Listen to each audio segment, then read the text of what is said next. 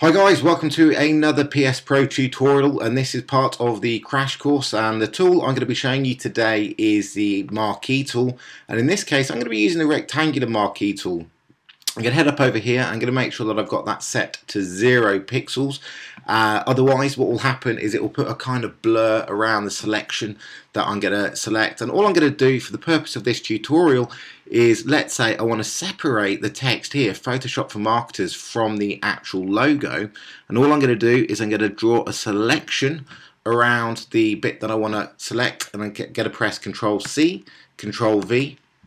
And then you can see that I've just copied that part of the selection. So if I want to keep going and break this logo up completely, which is great if you're doing a logo redesign for a client or you're designing logos, things like that, I'm going to draw another selection around the little mark here, press Control C, Control V, and as you can see it drops it onto a new layer, and I'm going to do another selection just around the actual logo here, or the actual main part of the logo. Control C, Control V again, and going back to the move tool, I'm just going to move it out of there. So now I'm going to use a move tool. I'm just going to move the original logo out of the way, and you can see that just by using the Marquee tool I can break the parts of the logo up into different elements. So if I want to basically rejig those around and make different variations of the logo, I've got the different elements separated. I'm just going to turn off the original one so you can see for ease. So that's really how the Marquee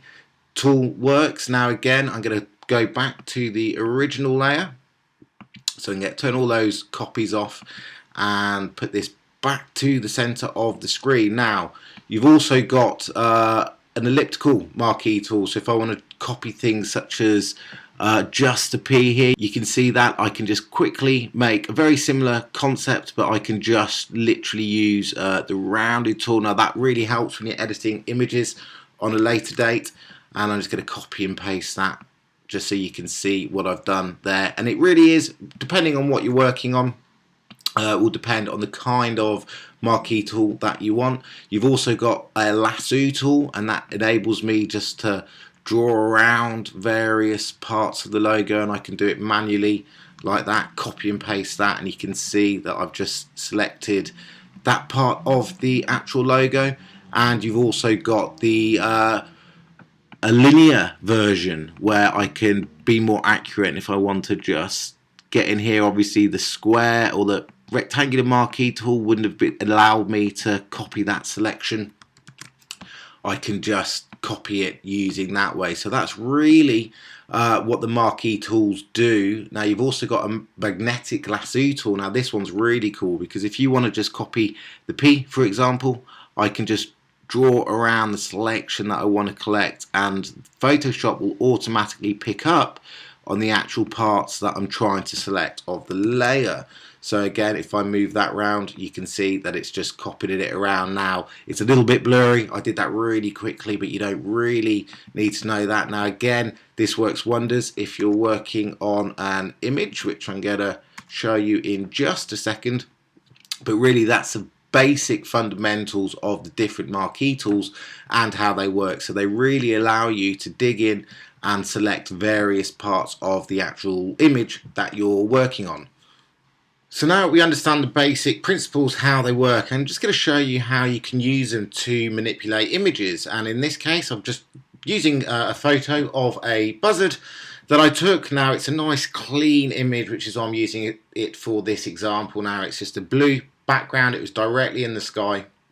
No clouds or anything like that, but we may want to enhance it, and we may want to kind of tweak the image depending on what we're doing. So first thing I'm going to show you again is the heading over here, just using the rectangular Marquee tool, and I can just literally draw a selection like that, Control C, Control V, which copies and pastes it onto another level. Now that's all good, but you can see obviously you've got this little line here. Now there's a ton of ways that we can get over this problem, and I'm not going to go into all of them right now. Obviously I'm going to talk about those later on, but for example I can just use the eraser tool if I want, click and then make sure I'm on the layer, and I can just erase out, here we go, some of the borders. Now that's all good, Really simple to do, works fine for an image like this because it is a little bit simple and it's not a very complex image. But if you can see, if I move it over the other bird here, that you've got that annoying, nasty little kind of blur. So I'm just going to delete that layer and I'm going to head on back over here. Now obviously the elliptical tool isn't going to help me, and I've got a couple of options here now that I could work with. I've got the polygonal lasso tool where I can naturally go right in if I want. Now that's not the best quality, and I can just click wherever I think the bird, you know, where it's going to be. Now that's going to take me quite a long time. It's going to be quite linear. So for the purpose of this, I'm just going to click out of that, and I'm going to probably focus on, in this first example, is the magnetic lasso tool. And all I'm going to do is I'm going to click at the starting point, and I'm just going to hover the cursor roughly around the actual bird, and you can see it's automatically going to pick up various key points. Now you can click the mouse just if you want to put your own point in, but you can see I can do it a lot quicker just by letting Photoshop do it for me as opposed to using any of the other tools. Now again, already said that there's a ton of other ways using masking, which is a lot more advanced than what we're doing now, and we are going to cover masking in a video coming up. But in this purpose, I think it's just good to get your head using this tool, because I use this quite a lot in the design work and whatever I'm doing. Now I'm going to just draw real quick down those.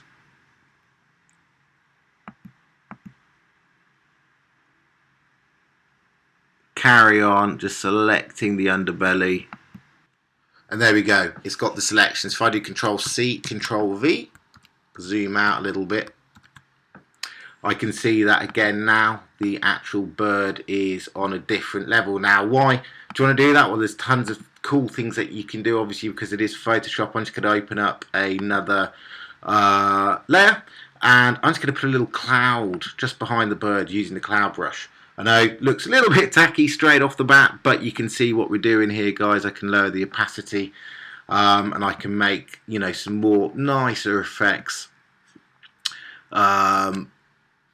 just to make the image look a little bit more interesting. Now I'm going to delete those.